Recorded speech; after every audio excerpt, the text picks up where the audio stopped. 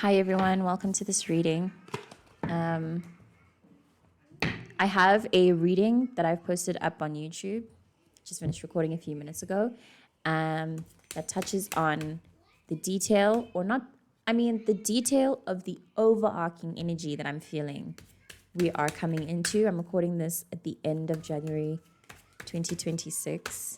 I think we're a day away from a major full moon that I think is going to do a lot more to us emotionally than what a lot of people realize or understand. I think if you're open to it, start understanding more about how the moon influences us emotionally, especially if you have a womb or you identify as an emotional person. We have quite a few cards. Do I want to work with this? I've seen it. Okay.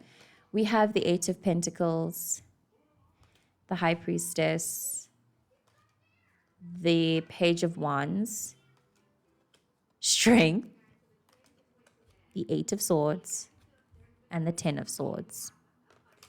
All cards that we have seen previously before as of late, cards that have been repeating themselves. The Eight of Swords comes from a while back when, maybe like a week or two ago, when I think the larger collective of us were processing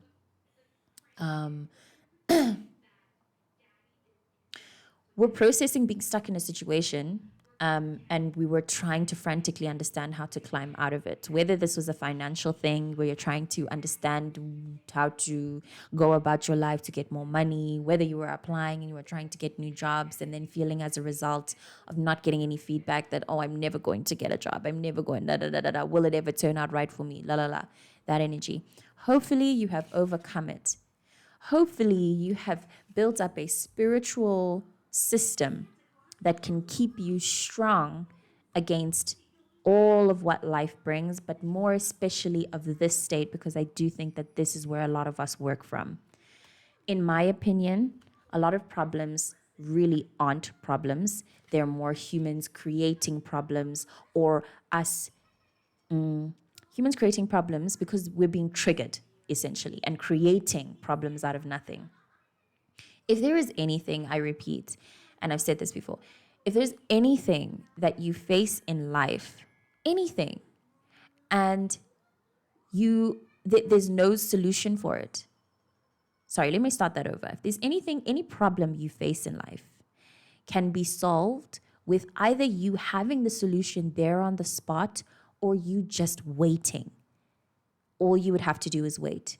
This business of in between, panicking, stressing, going, oh, will anything work out? I don't know if anything is even ever going to turn out. I may as well just give up, da da da. It's all problems, all of this. And then we put ourselves in mind jail, and then we stir, we cook in all of our deeply heavy emotions instead of rather feeling through them, giving yourself your own time to honestly feel through them.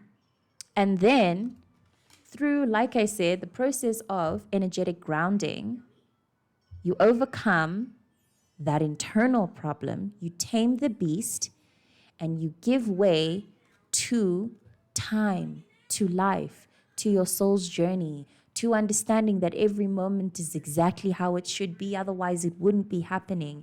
Life is very, very simple on the spiritual standpoint, and I'm feeling the universe, each of our universes, our own inner souls, trying to encourage us to remember how simple life can be.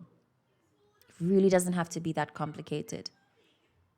I was on the phone with a friend the other day who was in a financial mind stress, and we were essentially trying to get to the bottom of what actually matters. Like, what do you need money for? You know what I mean? Why is it so stressful that you don't have money if it is that you are fed, you are clothes on your back, and you are able to be comfortable at home? You know, you're safe. Then what's the problem? Do you know what I mean? Working with that, taming the beast. This is deeply spiritual time, an opportunity to tame the beast. Face your pains.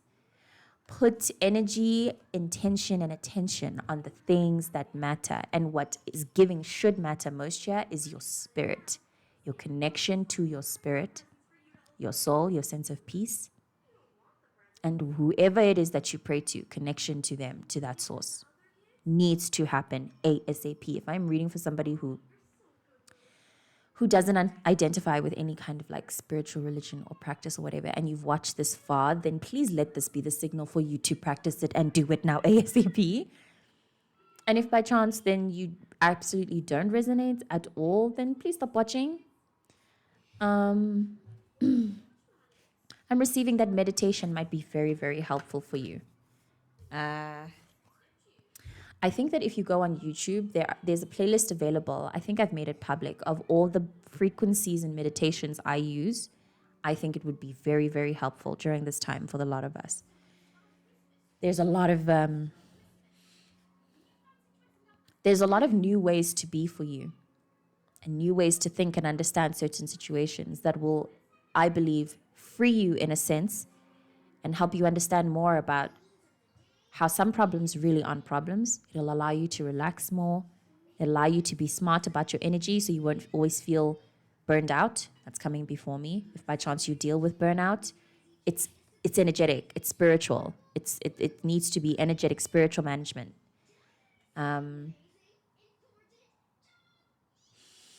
These two cards together is also giving the end of a very, very, very, very difficult cycle of learning how to deal with your shit or with the shit of life. And just getting better at it, like I said, with processing it in the mind, because it feels like that's where it starts with you, in your mind, which is deeply connected to your spirit. I may be reading for somebody who suffers from mental health bouts, depression, sadness, or just generally unstable emotions.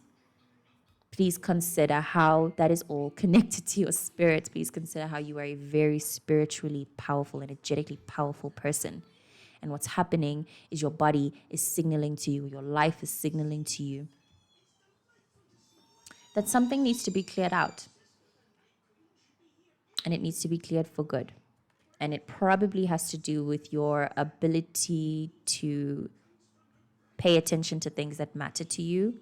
I'm receiving somebody who pays hyper attention to their work, and they do really well at work, but they're really tired inside. You need to tend to your spirit. Please consider taking a day off to recoup or recharge. Take the Friday or the Monday and, give yourself more time to rest. There's no use pouring all of your energy into this labor thing or into your work or into this business you work for that's really only giving you money. Money is nothing against your sense of peace and calm, against your sense of being energetically charged. If you're always feeling tired all the time, then the money you earn, yeah, that's all I have in terms of that sentence. I'm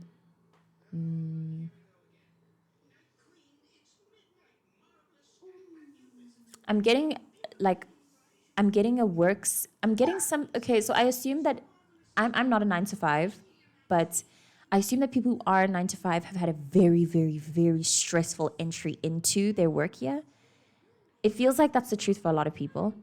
And if you're not stressed, then someone outside of you at work is stressing you out. So then it makes you stressed. You know what I mean? Yeah, it is giving that there's an end to that, but I don't know how it's going to end. It does feel like it has to come from within you deciding to pull back a little. It feels like a lot of people need to realize how much energy they pour into things that don't matter to them.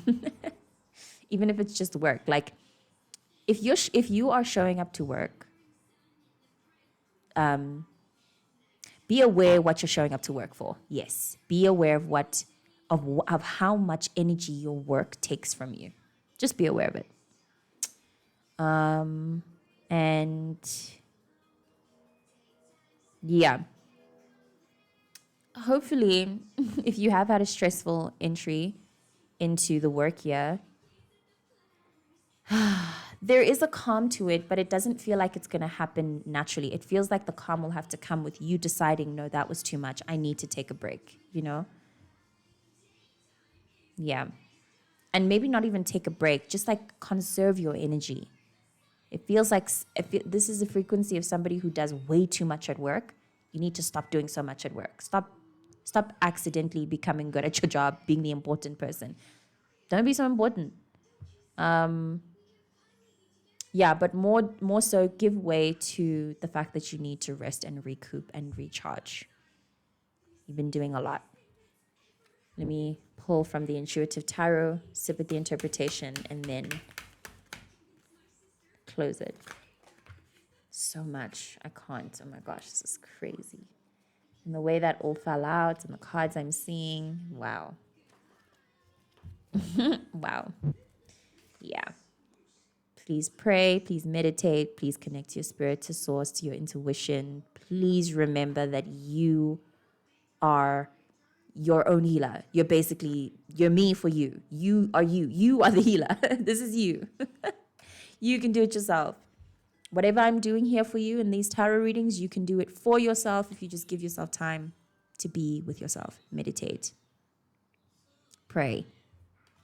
Pray. Thank you. So why guys, oh my goodness, this is actually insane. This is insane. The presence of this really irritates me, I'll tell you.